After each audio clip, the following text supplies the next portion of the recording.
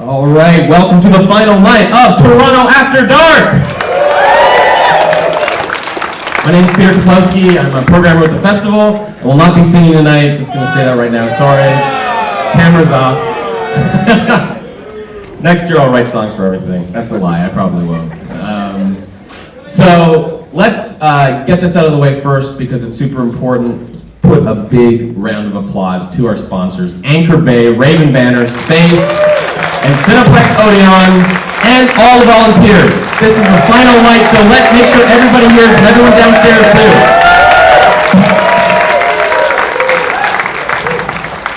And now it brings, I come to, of course, the short film, Canada After Dark.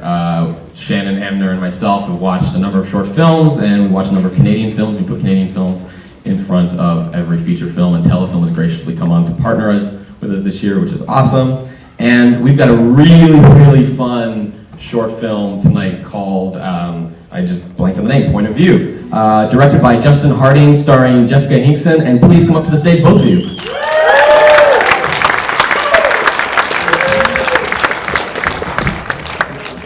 Hello!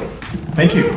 So, Justin, I'm a huge fan of, there's a particular episode of Doctor Who that inspired this. Can you just talk about maybe your relationship with that episode and what kind of, how it turned into this? Because I think it's a really neat way in which you sort of adjusted and taken that idea and spun it into something different. Yeah, the answer might be strange, but I actually, when I committed to making this movie, I had actually never seen that episode. Really? Of Blink. Yeah, that's true. I actually hadn't seen it. I found the script on this website where amateur writers compete, and they submit stories, and they compete for prizes. And you can reach out to these writers and like option these little scripts. So I reached out to the writer and said, hey, this is great. And he was inspired. He's a big Doctor Who fan. And I actually had never even seen it until we talked about it, and then I found out after the fact, after I committed to it. And then I was like, wow, now I'm the biggest Doctor Who fan ever.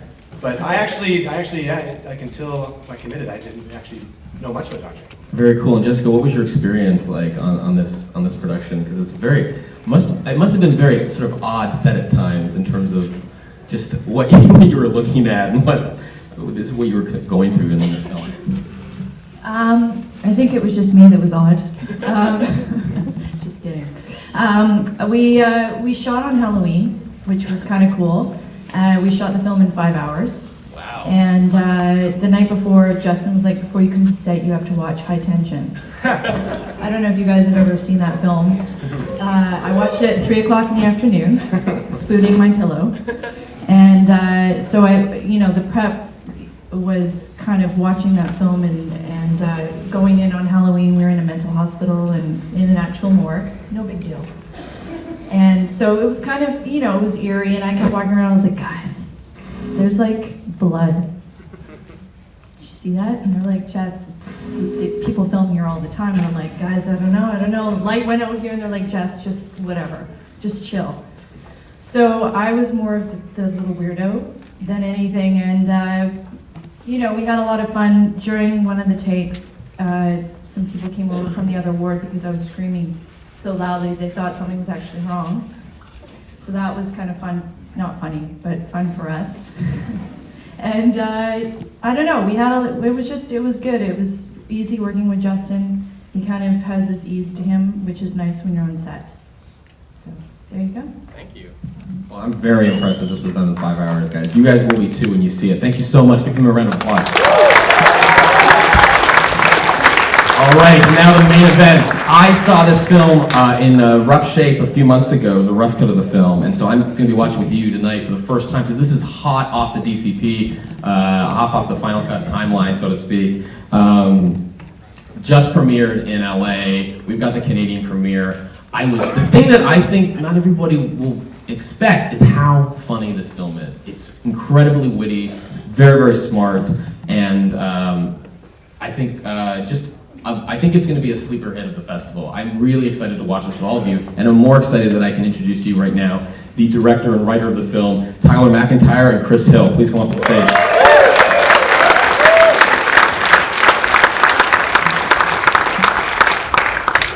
All right, guys. So how how do we want to prepare? Because again, let's not give too much away, but how shall we prepare this audience? With zero information, probably. Yeah, no, like Peter said, this is the second time that anyone's going to see this movie, including me. So I'm very excited to see how that goes.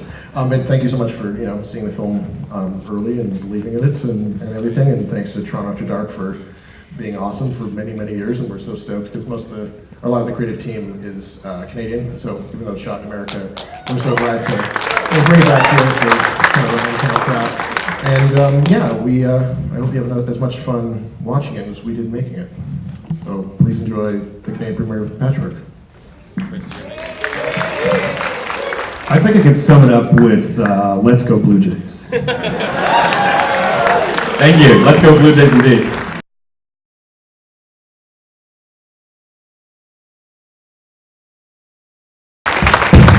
Put your hands together. There we go. For Tyler MacIntyre and Chris Hill, the director and writer of Patchwork.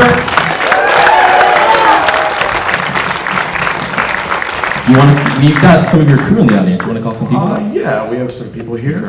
Pavel Pogrzelski, our DP, or cinematographer. Welcome down. Come on down. And Mars Fury, our production designer, is here as well. All the way from Los Angeles. And we have John Nicoponis and Aaron Webman, two of our producers as well. So Q&As usually begin with, where did it come from? And to sort of add to that question, where did this idea come from? You see it, the Frankenstein story has been done again and again and again. And I thought this spin on the mad scientist creation story was so novel and unique. Where did that idea come from? Well, I was really just thinking of, I was trying to come up with a concept to do like a dark, kind of brooding short horror film. This began as a short. Yeah, sorry, I did a 2-minute version of a short called Patchwork at the beginning of 2014. And I started kind of thinking of like old kind of, like kind of universal horror monsters that had been redone recently. And Frankenstein had been redone, but like Frankenstein, And so it wasn't like, it was still pretty ripe. So I started kind of thinking about that, and most like Frankenstein stories are about like God complex and like megalomania and like creating life and stuff like that. But what was really creepy to me about Frankenstein was the idea of like a bunch of people in one body, and so he kind of took that and sort of pushed it into kind of like multiple personalities in one thing, and then kind of fighting over that. And then essentially the short was just pretty much like that scene where she wakes up and her eye opens, and that's like the first shot, and then it goes through until the mirror gag. And so it was just like one visual effect shot, and people really liked it. Like it was super serious too. It was like really like dark and kind of scary. And then and people were responding to it and were like, "Where's the feature version of Patchwork?" And I was like, "Give me a couple weeks, kind of thing." And so then Chris thankfully came down to LA at the time, and so we were looking for a script to write together. And we wrote. So we started kind of expanding it, and as it expanded, it kind of took on this very comedic tone, kind of like similar to like kind of old VHS horror movies that we used to watch, and we used to love like Reanimator and Dead Alive and stuff like that, and so and Dark Man, those sorts of things, and so we started kind of pull those references in, and it became funnier. It became a roommate comedy, really. Just three people trying to get along. So you mentioned Reanimator, and Stuart Gordon gets a very special thanks.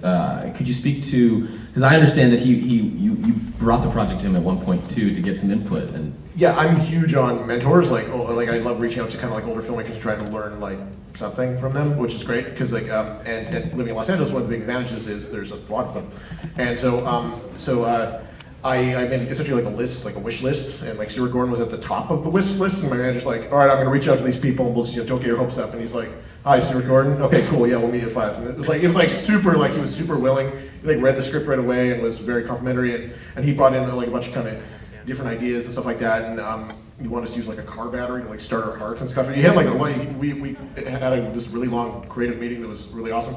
And so he kind of started to kind of do a little bit of mentorship on the development process, and then he unfortunately didn't make it out for the actual shoot, but then gave us some feedback on the cut, and this has been very supportive throughout the process.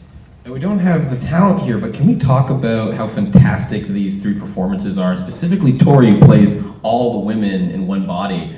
what was what was the process working with her to figure out exactly how she was going to behave and kind of internalize and externalize all those performances happening simultaneously? Yeah, and well, it's kind of strange because like Tori was actually in the short film, and she just kind of but we she came and auditioned for the feature obviously, and we knew we kind of like had to cast like whoever had short hair as Stitch because it was easier to add long hair to somebody who has short hair than the opposite, just for like logistical makeup reasons. And so so she came in, and the thing like we knew her a little bit, so we kind of beat her up and like a little bit like it was a very taxing role. She had to do She was your Bruce Campbell. Yeah, exactly. Like we could torment her and it would be okay. And it was like she did a lot of like stunt work and things like that, and just put like an insane amount of work into it. And then we started kind of crafting like the walk and the voice and just kind of it was weird. It was like Wednesday 7 o'clock voice meeting kind of thing, and we'd talk and trying to figure out. And she bought a ton of references and just has been like the person I spent the most time with on this. Do we have questions from the audience? Yes, right there. Hi, I just want to say, I love the movie, love the characters, and I just really love the combined characters so much. Like, have you crossed your mind about doing a sequel or something? 'Cause I love the sequel. What I like about the parts, it's like we're watching the sequel, like all the sequels, like there's 8 movies. Like I was actually thinking, answer that question, then I've got a follow up about that. Yeah, I mean, we started, I mean, it was kind of strange, even in Pre-Production Mars actually, I think, brought up that she was like, this is like the origin story of a comic book or something, and I was like, yeah, kind of thing. So we started thinking of some ideas recently, and so we started throwing around some people to bring back, or people to, what that would look like, because, I mean, we ended in kind of a weird jumping off point, but yeah, it's definitely something that's on my mind, even though I'm getting some weird looks. Thanks to the Herbert West Green Goo, I mean, you can just bring anyone back. Exactly. Yeah, like literally anything could happen because I hope the 2 henchmen come back, because that was some great, like, kudos on the great, like, Shane Black style henchman dialogue. I really enjoyed that. But the follow up to that sequel question is, can you speak about the segmentation and the decision in terms of the screenwriting process of segmenting the film into those distinct parts? You want to take that? Sure. That's really just kind of a strategy of mine and Tyler's, because when we were sitting down to write, we were like, oh, how do we break this up and who writes what? And it came into sort of 8 chunks, and then it sort of made sense to segment the story like that too. So it was a practical thing that became kind of more thematic thing. Yeah, and it was very practical in terms of like, we were like, well, we literally can't afford to have our lead actress in makeup for like 6 hours a day kind of thing. So we had to be like, well, a third of this movie needs to take place without the monster, essentially. And so we ended up with a lot of the bar stuff, and it just happened to work out for like building the narrative, Great. Yes, right there. I was wondering if you could talk a bit about the title sequence for the film, which kind of has a bit of a Saul Bass feel to it. Questions about the title sequence? Yeah. That came together really late in the game. Like that was the second last thing finished before the Owl Cat. So I hadn't seen the Owl Cat. When I saw the rough cut, it literally just said Owl Cat appears, and I was like, I can't wait. I'm programming this just to see the Owl Cat. I was not disappointed. So I mean, essentially, we screened the movie, and originally just said Patchwork, and then just cut to the bar. And then I had this grand plan about this slow motion surgery sequence with like blood drops flying through the air, just a bunch of bullshit basically. But then John was like, well, we still need something here. Like the movie just fucking starts, and I was like, okay. So then you pretty much put that together. You can't just start a movie. You want to speak to that? Well, it's kind of a long roundabout story that I'll try to make really quick. We met like some random like animator kid in Montreal who was like, I could like totally help you out when we were there in July. And then we're like, cool, we'll get back to you. And then he like got a job and couldn't do it. And we're like, but now we're all like pregnant with the idea of having this like that Saul Bass style opening credits.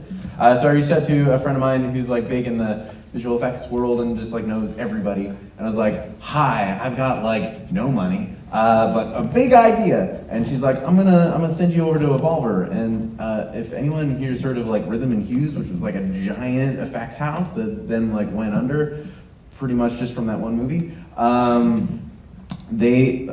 Stacy took like everyone from Rhythm and Hues over to Evolver. So it was kind of like Rhythm and Hues did our opening credit, but even better because they were just like so great to work with. Yeah, and they all loved like Saul Bass and Reanimator, and they were like stoked to come to the premiere in LA because they're like, no one ever invites the title people. We were like, I can look forward to meeting you. I mean, that's be great. You guys should get that. You should submit it to Art of the Title, which is like a Toronto-based blog. They do a really, yeah. We'll talk. We'll talk after. Right there. Were there any body horror gags or things that you really wanted to throw in, but you just couldn't? Oh, so much. There was a lot of like stuff that was like, can we do it? No. Okay, cool. You know, like a lot of less, like I mean, a lot of things were. I mean, the makeup team did a great job. Like, I mean, like their design work kind of shows, but they were really strapped for like, you know, money, time mostly. Money. I think we could ask the producers about the challenges of doing a low-budget horror movie. No, everyone's hard. Everyone knows it's hard, but it's also fun. And I think the nice thing about working in like horror specifically is like everyone's having a good time on set because you're doing all of this like crazy, ridiculous, violent, and in our case, really funny, hopefully, stuff. And so you kind of wind up at the, you know, when the camera isn't rolling, like you need to like kind of laugh it off and be like, because if you're just stuck in that dark, like crazy world the whole time, it's kind of like uncomfortable. Also, you tend to like have a really good idea for what is scary, I find. Whereas like when you're doing a comedy, you're like, is this funny? Are people gonna laugh? And then you're like biting your nails. So like I think in terms of like doing a low budget like movie, I'd much rather do horror than like a low budget comedy or drama. Okay. Other questions from the audience? There's one in the back. Yes. I'm wondering where Archimedes went. I'm picturing Chick-fil-A. Did Archimedes go to Chick-fil-A? You nailed it. Most delicious burger on the menu. Other questions? It's last question if anyone's got one. Yeah. I can't see anything. Just shout it out. If you, yes, right there. Just you mentioned Stuart Gordon a bit earlier, but before I came in, I was sort of convinced that this was a completely different film. But there were still some hints. No, I preferred this. There were still some hints. So I was curious if Frank Henenlotter played any role in your conception of this film, because it seems like a much more progressive sort of take on Frankenhooker. Yeah, it's a funny story about that. Yeah, actually, like I was quasi-aware of Frankenhooker. Like I'd seen that cover, and I've watched a ton of horror, and so I just had never gotten around to seeing Frankenhooker, and I kind of forgot that it existed because people would like say like, oh, you know, like, oh, it's like the fucking cover of, or the poster for Pieces, and I'd be like, oh, maybe it's completely different kind of thing, you know, because I've seen that movie, it doesn't show anything like this. But and then I was like, oh fuck, we should watch Frankenhooker, so I like looked around for a DVD, couldn't find one, and then like finally found a copy of it like while we were shooting, and so I watched it on our day off, like Chris and I. Well, you got kind of yeah. Anyway, it was like we're relaxing and watching Frankenhooker, and we were like, oh shit, there's like some overlap, and that was, you know, like whatever. I mean, it's all part of the same like horror comedy late '80s bullshit. So. Yeah. All right, thank you guys so much. Give a big round of applause. Don't forget to vote. There's ballots outside. This film is a chance to win the Audience First Award, so please vote. Thank you so much, guys.